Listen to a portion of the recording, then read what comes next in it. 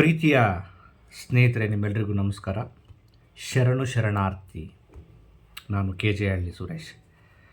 ಸ್ನೇಹಿತರೆ, ನಾನಿವತ್ತು ನಿಮಗೆ ಶರಣು ಶರಣಾರ್ಥಿ ಅನ್ನೋ ಪದಗಳನ್ನು ಬಳಸಿದೆ. ಇದು ಅಪ್ಪಟ ಕನ್ನಡದ ಪದ. 12ನೇ ಶತಮಾನದಲ್ಲಿ ವಚನಕಾರರು ಬಳಸುತ್ತಿದ್ದಂಥ ಶರಣರಿಗೆ ಗೌರವ ಸೂಚಕವಾಗಿ ಬಳಸುತ್ತಿದ್ದಂಥ ಒಂದು ಪದ ಇದು. ನಮಸ್ಕಾರ ಅನ್ನೋದು ಕೂಡ ಒಂದು ಸಂಸ್ಕೃತ ಪದ, ಆದರೆ ಶರಣು ಅನ್ನೋದು ಕನ್ನಡದ ನೈಜ ದೇಸಿ ಸೊಗಡಿನ ಪದ. ಅದು ಬಸವಣ್ಣವ್ರಿಗೆ ಯಾರಾದರೂ ಶರಣು ಅಂದರೆ ಅವರು ಶರಣು ಶರಣಾರ್ಥಿ ಅಂತಿದ್ರು. ಅಂದರೆ ವ್ಯಕ್ತಿ ಗೌರವಕ್ಕೆ, ವ್ಯಕ್ತಿ ಘನತೆಗೆ ಅಷ್ಟು ಆದ್ಯತೆಯನ್ನು ವಚನಕಾರರು ಕೊಡ್ತಾಯಿದ್ರು ಅನ್ನುವಂಥದ್ದು. ಬರೀ ವ್ಯಕ್ತಿ ಘನತೆ ಅಷ್ಟೇ ಅಲ್ಲ, ಲಿಂಗ ತಾರತಮ್ಯವನ್ನು ನಿರಾಕರಿಸ್ತಾ ಇದ್ರು 12ನೇ ಶತಮಾನದಲ್ಲಿ. ಹೆಣ್ಣು ಗಂಡು ಅನ್ನೋ ತಾರತಮ್ಯ ನಿರಾಕರಿಸ್ತಾಯಿದ್ರು, ವರ್ಗ ತಾರತಮ್ಯನ ನಿರಾಕರಿಸ್ತಾಯಿದ್ರು, ಶ್ರೇಣೀಕೃತ ವ್ಯವಸ್ಥೆಯನ್ನು ಅವರು ಮುರಿದಾಕ್ಬಿಟ್ರು. ಬ್ರಾಹ್ಮಣತ್ವ ಇತ್ತಲ್ಲ, ಈ ಬ್ರಾಹ್ಮಣಶಾಹಿ ವ್ಯವಸ್ಥೆ, ವರ್ಣ ವ್ಯವಸ್ಥೆ ಇತ್ತಲ್ಲ, ಬ್ರಾಹ್ಮಣ, ಕ್ಷತ್ರಿಯ, ವೈಶ್ಯ, ಇವೆಲ್ಲ ಇದ್ವಲ್ಲ 4 ಇವು. ಅವನ್ನು ಆ ವರ್ಣ ವ್ಯವಸ್ಥೆಯನ್ನು ವಿರೋಧಿಸಿದಂಥವ್ರು. ನಾನು ಯಾಕೆ ಇಷ್ಟು ಪೀಠಿಗೆ ಆಗ್ತಿದ್ದೀನಿ ಅಂದರೆ, ಇವತ್ತು ಬಸವ ಕಲ್ಯಾಣದಲ್ಲಿ ಬಸವ ಶರಣರ ಹಿಂದೂ ಮಹೋತ್ಸವ ಅಂತ ಏನೋ ಮಾಡ್ತಾಯಿದ್ದಾರೆ.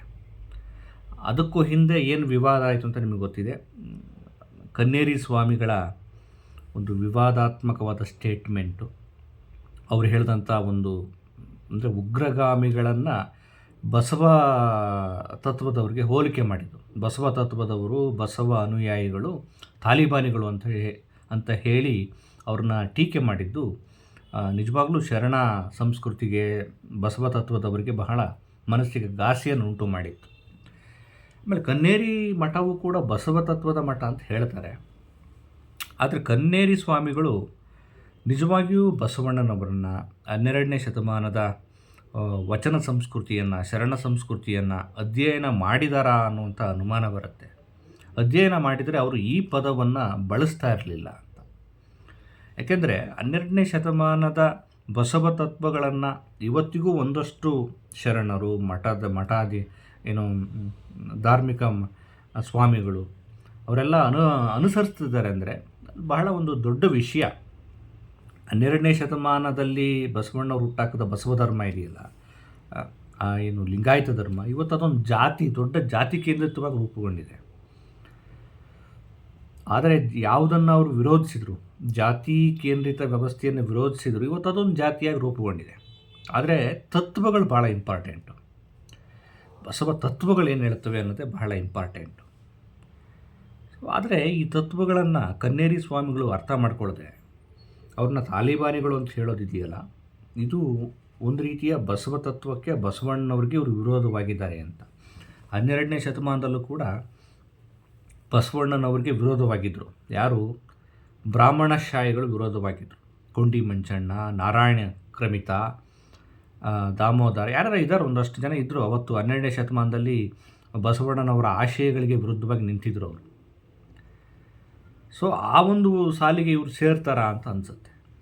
ಯಾಕೆ ಅಂದರೆ ಬಸವಣ್ಣನವರು ಹೇಳಿದ್ದೇನು, ಅವರು ಬಸವಣ್ಣವರು ಸೇರಿದಂತೆ 1 ಲಕ್ಷಕ್ಕೂ ಹೆಚ್ಚು ವಚನಕಾರರು ಅವರು ಬದುಕಿದ್ದು ಯಾವುದಕ್ಕೆ, ದೇಣಿಸಿದ್ದು ಯಾವುದಕ್ಕೆ, ಅವರು ದುಡ್ದಿದ್ದು ಯಾವುದಕ್ಕೆ, ಅವರು ಶ್ರಮಿಸಿದ್ದು ಯಾವುದಕ್ಕೆ ಅಂದರೆ ಸಮಾನತೆಗೆ. ನಾವೆಲ್ಲ ಒಂದು.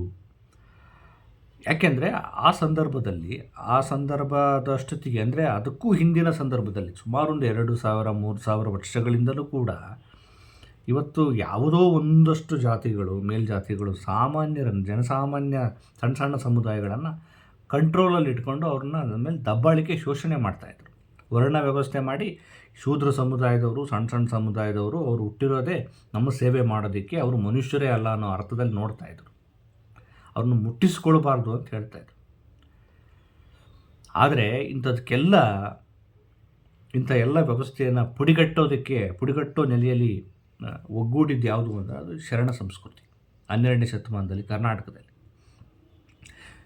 ಇವರೆಲ್ಲ ಹೇಳ್ತಾ ಇದ್ದದ್ದೇನು, ಈ ಧರ್ಮ ಮನುವಾದಿಗಳು, ಬ್ರಾಹ್ಮಣಶಾಹಿ ವ್ಯವಸ್ಥೆ, ಆಮೇಲೆ ಈ ಈ ಥರದ್ದು ಬ್ರಾಹ್ಮಣೀಕರಣ ವೈದಿಕ ವ್ಯವಸ್ಥೆಗಳು ಹೇಳ್ತಿದ್ದೇನು, ಇವನು ಆರವ ಅಂತಿದ್ರು. ಅವನು ಬೇರೇನು. ಆದರೆ ಅವರು ಬಸವಣ್ಣವರು ಇವನಾರವನೆಂದೆನಿಸದಿರಯ್ಯ, ಇವನಮ್ಮವನೆಂದೆನಿಸಯ್ಯ, ನಿಮ್ಮ ಮನೆಯ ಮಗನೆಂದೆನಿಸಯ್ಯ. ಅಂದರೆ ತಾರತಮ್ಯ ಮಾಡಬೇಡಿ, ಎಲ್ಲರೂ ನಮ್ಮವರು ಅಂಥೇಳಿ. ಅಲ್ಲಿ 12ನೇ ಶತಮಾನದಲ್ಲಿ ವಚನಕಾರರಿದ್ರಲ್ಲ, ಯಾವುದೋ ಒಂದು ಜಾತಿಗೆ ಸೇರಿದ್ರು ಅವರು. ಎಷ್ಟು ಜಾತಿ, ಎಲ್ಲ ಜಾತಿಯನ್ನು ಪ್ರತಿನಿಧಿಸ್ತಾಯಿದ್ರು. ಅಡಪದ ಅಪ್ಪಣ್ಣ, ಆಧಾರ ಚೆನ್ನಯ್ಯ, ಡೋಹಾರ ಕಕ್ಕಯ್ಯ, ನಿಮಗೆ ಹೇಳ್ತಾ ಹೋದರೆ ಎಷ್ಟು ಲೈನ್ಗಳು ಸಿಗ್ತವೆ. ಜೇಡರ ದಾಸಿಮಯ್ಯ, ದೇವರ ದಾಸಿಮಯ್ಯ, ಲಮಾಪ್ರಭುಗಳು ನೋಡಿ, ಅವರ ಜಾತಿಗಳ ಹಿನ್ನೆಲೆಗಳು ಎಲ್ಲ ಬೇರೆ ಬೇರೆ ಬೇರೆ ಬೇರೆ ಬೇರೆ. ಆಮೇಲೆ ಮಹಿಳೆಯರು, ಸೂಳೆ ಸಂಕವೆ, ಅಕ್ಕಮಾದೇವಿ, ಐದಕ್ಕಿ ಲಕ್ಕಮ್ಮ,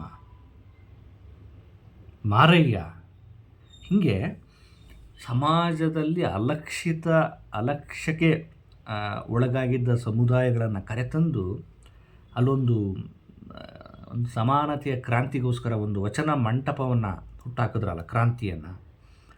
ಅದು ಕೇವಲ ಭಾಷಣ ಅಲ್ಲ, ಬರೀ ಭಾಷಣಗಳು ಮಾಡ್ಕೊಂಡು ಕೇಳ್ಕೊಂಡು ಹೋಗಿ ಅಂತಲ್ಲ, ನಿಮ್ಮ ಸತ್ಯಗಳನ್ನು ನೀವೇ ಕಂಡುಕೊಂಡು ನೀವೇ ನಮಗೆ ಹೇಳಿ ಅಂತ. ಅಂದರೆ ಯಾರೋ ನಾನು ಹೇಳ್ತಿದ್ದೀನಿ ನೀವು ಕೇಳಿ, ನೀವು ಹೇಳ್ತಿದ್ದೀನಿ ನಾವು ಕೇಳಿ ಅಂತಲ್ಲ.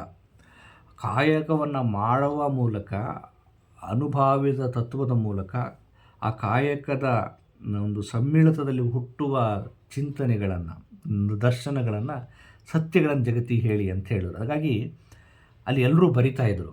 ಆದರೆ ಅವ್ರು ಬರೆಯೋ ಸಾಮರ್ಥ್ಯ ಹೇಗೆ ಬಂತು? ಯಾರೋ ಭಾಷಣ ಕೇಳಿ ಬರಲಿಲ್ಲ. ಅವರು ಕಾಯಕವನ್ನು ಮಾಡ್ತಾ ಕಾಯ ವಾಚ ಮನಸ ಅವರು ಪರೋಪಕಾರ, ಅಂದರೆ ನನ್ನೊಬ್ಬನದಲ್ಲ ಇದು, ಸಮಾಜಕ್ಕೋಸ್ಕರ ನಾನು ದುಡಿಬೇಕು ಅಂಥೇಳಿ ಬದುಕ್ತಾ ಆ ಕಾಯಕದ ಒಂದು ತಲ್ಲೀನತೆಯಲ್ಲಿ ಹುಟ್ಟುವ ಸತ್ಯ ದರ್ಶನಗಳನ್ನು ಅವ್ರು ಹೇಳಿದ್ರು. ಅಲ್ಲಿ ಅತಿ ಆಸೆ ಬಗ್ಗೆ ಹೇಳಿದ್ರು. ನಮಗೆ ಹೆಚ್ಚು ನಾವು ಇವತ್ತು ಸಂಗ್ರಹ ಮಾಡ್ತಾಯಿದ್ದೀವಿ, ಅತಿ ಹೆಚ್ಚು ಸಂಪತ್ತು ಸಂಗ್ರಹ ಮಾಡ್ತಿದ್ವಿ. ಐದಕ್ಕೆ ಲೆಕ್ಕಮ್ಮ ಏನು ಹೇಳ್ತಾರೆ, ಅವರು ಗಂಡ ಹೆಂಡತಿ ಅಕ್ಕಿಯನ್ನು ಆರಿಸುವ ಒಂದು ಕೆಲಸ ಅವ್ರದ್ದು. ಈಸಕ್ಕಿ ಆಸೆ ನಿಮಗೇಕೆ, ಆಸೆ ಎಂಬುದು ಅರಸಂಗಲ್ಲದೆ ಶಿವಭಕ್ತರಿಗೆ ಉಂಟೆ ಅಯ್ಯ ಅಂತ. ಮಾರಯ್ಯ ಒಂದೆರಡು ಅಕ್ಕಿ ಜಾಸ್ತಿ ತಂದಿರ್ತಾರೆ, ಒಂದೆರಡು ಮುಷ್ಟಿಯಲ್ಲಿ. ಇಷ್ಟೊಂದ ಬೇಡ, ಅದು ಅರಸರಿಗೆ ದೊಡ್ಡ ಅತಿ ಆಸೆ ಇರೋವಂಥವ್ರು, ನಮ್ಮಂಥವ್ರಿಗಲ್ಲ, ಶಿವಭಕ್ತರಿಗಲ್ಲ. ಅಂದರೆ ಎಲ್ಲರೂ ಈ ಬಸವ ತತ್ವಗಳನ್ನು ಅನುಸರಿಸಬೇಕು ಅಂತ ಹೇಳ್ತಾಯಿದ್ರು. ಆಮೇಲೆ ಮಾತಿನ ಬಗ್ಗೆ ಹೇಳ್ತಿದ್ರು, ವ್ಯಕ್ತಿತ್ವದ ಬಗ್ಗೆ ಹೇಳ್ತಿದ್ರು. ನುಡಿದರೆ ಮಾತು ಮುತ್ತಿನ ಹಾರದಂತಿರಬೇಕು ಅಂತ ಹೇಳ್ತಿದ್ರು.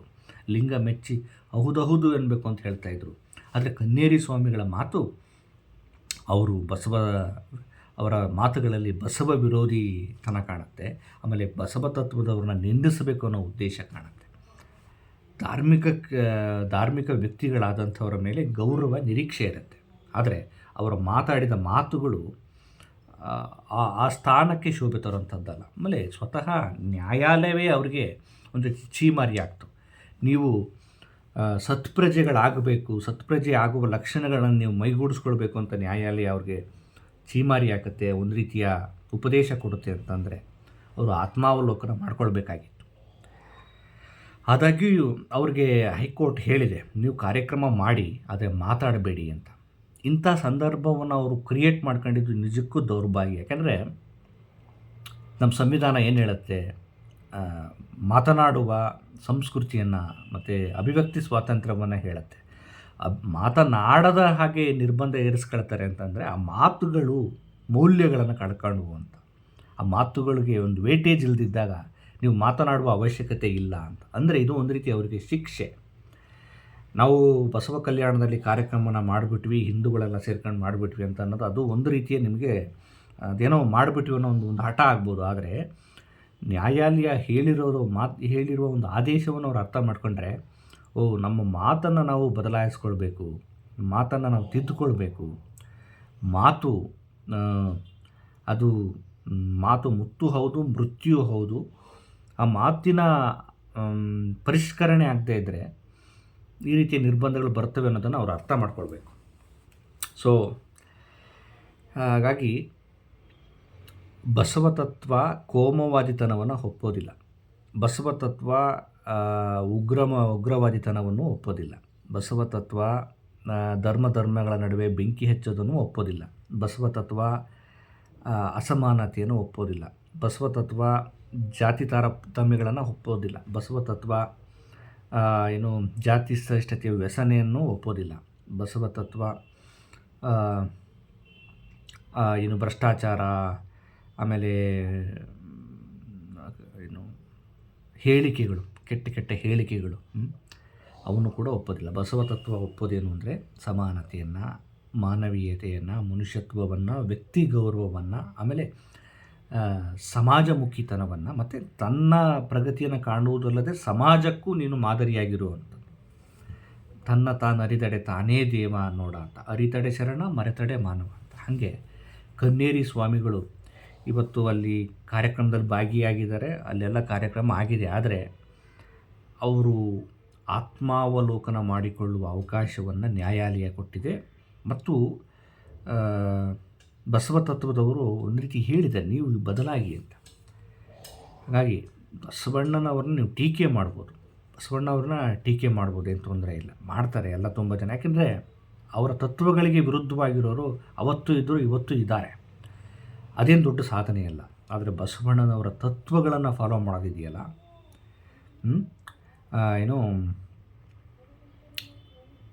ಲಕ್ಷಕ್ಕೊಬ್ಬ ಭಕ್ತ, ಕೋಟಿಗೊಬ್ಬ ಶರಣ ಅಂತ. ಭಕ್ತರು ಸಿಗ್ತಾರೆ ತುಂಬ ಜನ, ತೊಂದರೆ ಇಲ್ಲ. ಆದರೆ ಶರಣ ಆಗೋದಕ್ಕೆ ಬಹಳ ಕಷ್ಟಪಡಬೇಕು. ಬಸವಣ್ಣನವ್ರನ್ನ ಟೀಕೆ ಮಾಡೋದಕ್ಕೆ ಏನು ಕಷ್ಟಪಡೋದು ಬೇಕಾಗಿಲ್ಲ, ಹಂಗೆ ಹಿಂಗೆ ಮಾಡೋದು. ಆದರೆ ಬಸವಣ್ಣನವರನ್ನು ತತ್ವಗಳನ್ನು ಫಾಲೋ ಮಾಡೋದಕ್ಕೆ ಮನುಷ್ಯರಾಗಬೇಕು, ಶರಣರಾಗಬೇಕು. ಆ ಕೆಲಸಗಳನ್ನು ಮಾಡಿ, ಅದಾದಾಗ ನಿಮಗೂ ಒಳ್ಳೆಯದಾಗುತ್ತೆ, ಸಮಾಜಕ್ಕೂ ಒಳ್ಳೆಯದಾಗುತ್ತೆ. ಏನಂತೀರಿ? ನಮಸ್ಕಾರ.